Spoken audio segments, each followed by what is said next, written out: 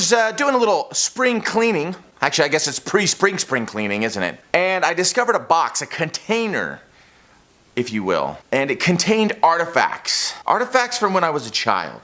I'm sure you would like to know what said artifacts are, but that knowledge is forbidden until you are at least a level 7 diamond dragon. I discovered one artifact, and the sight of it like shook loose the vault in the back of my mind, and it sprung open, and inside of that vault was one more vault, and that vault also sprung open, and this memory just like right to the forefront of my mind, and I was like, oh man, I have to tell them. I gotta tell the story. I am breaking every level 7 protocol by sharing this information. You're welcome. When I was about 10 years old, I took a pilgrimage to a distant land. A land of magic and mystery and awesomeness. Disneyland. We landed in the Orange County Airport. I remember that this was very confusing to me because if you're going to go about naming an entire county a color, you would think there'd be more of it.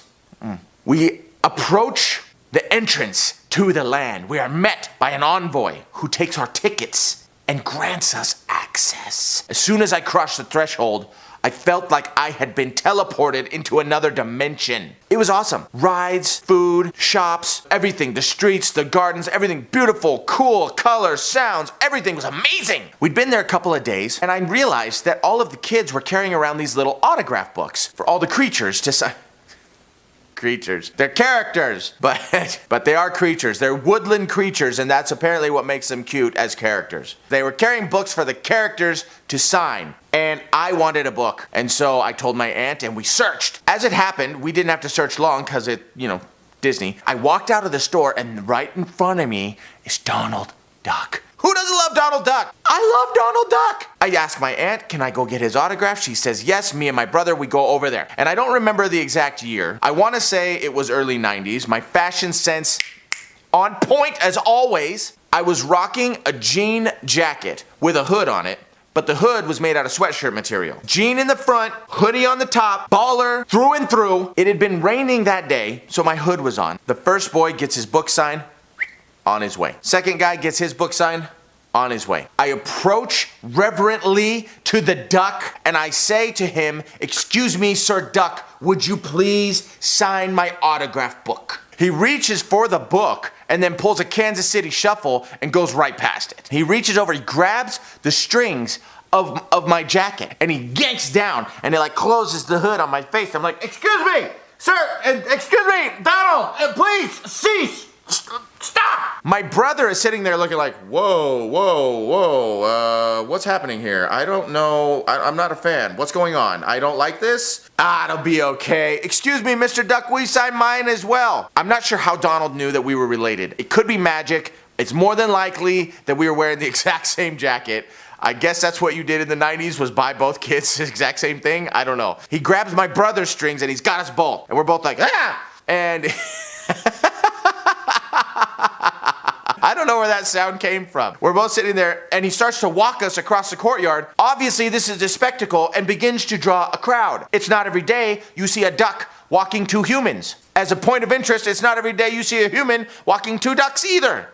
Okay. He walks us over to a fence, pulls us together, and he starts tying. I don't know who Donald Duck was underneath that costume, but he must have been a freaking Eagle Scout, very well versed in the tying of knots, because he starts lashing us together and then starts tying us to the fence. Secures us as though we have to withstand gale force winds, and then he just stands there and laughs. My aunt, the entire time, is taking pictures and laughing. How about saving us from this tyrannical duck?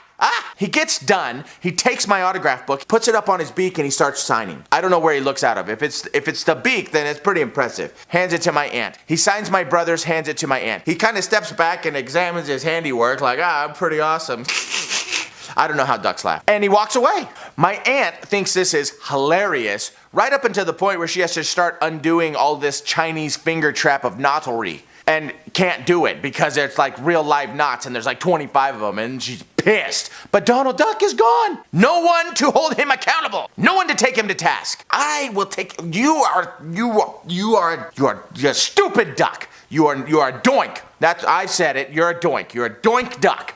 Doinky the Duck, that's your new name from me. If you go to this land, which is still magical, I assure you, I would be wary of Donald Duck though. I'm just saying. I don't know what sets him off. I assume it's like jean jackets, so, you know, safety tip, no denim at the park of the land of the Disney, okay? In case you think I'm not being truthful about this, these are some of the artifacts. Here's the picture of my brother, and my brother realizes like, uh-oh, something's wrong, and yet still manages to try to give his thing to Donald Duck, and then this is us. He's tying us to that fence. Look at all those people around us, pointing and laughing and making fun, as though it was just something that was normal. Lastly, here's my book.